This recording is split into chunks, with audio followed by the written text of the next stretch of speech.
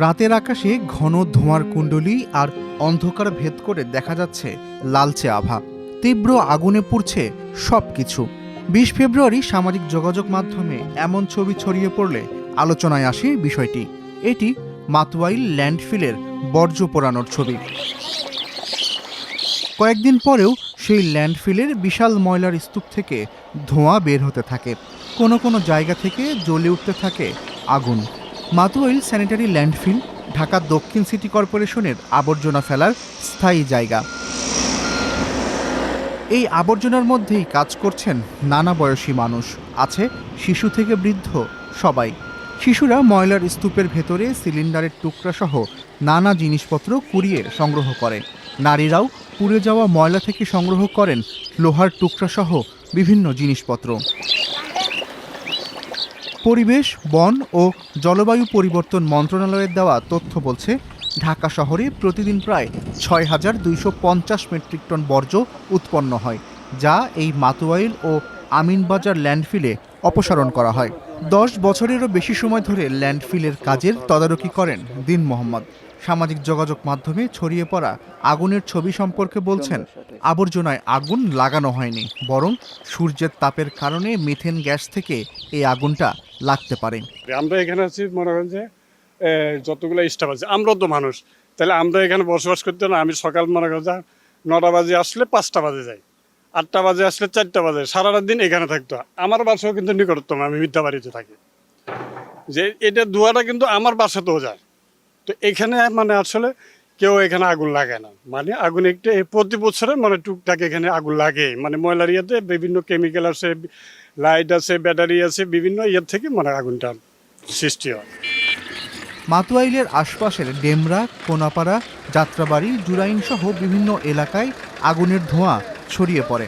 এসব এলাকায় বসবাসকারীরা জানালেন, তীব্র গন্ধ নিয়ে তাদের প্রতিনিয়ত দিন পার করতে হয়।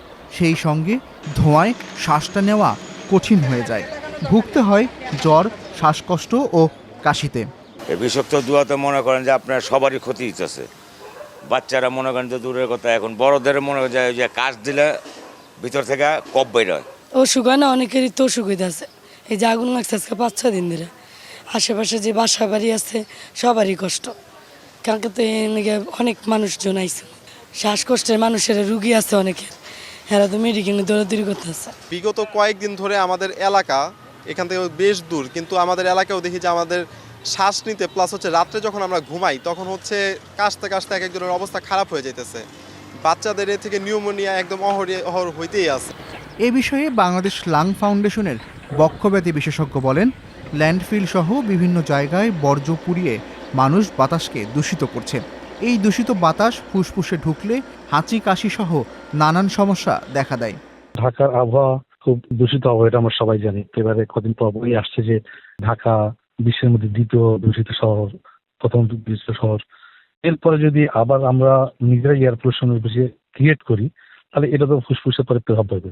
কারণ প্রত্যেকটা নিঃশ্বাসই কিন্তু ফুসফুসের মাধ্যমে ঢুকতেছে এবং ফুসফুস থেকে বাতাস বের হচ্ছে। তা আমি যদি ভালো অক্সিজেন নিই, ভালো বাতাস নিই, তাহলে আমার ফুসফুসটা ভালো থাকবে।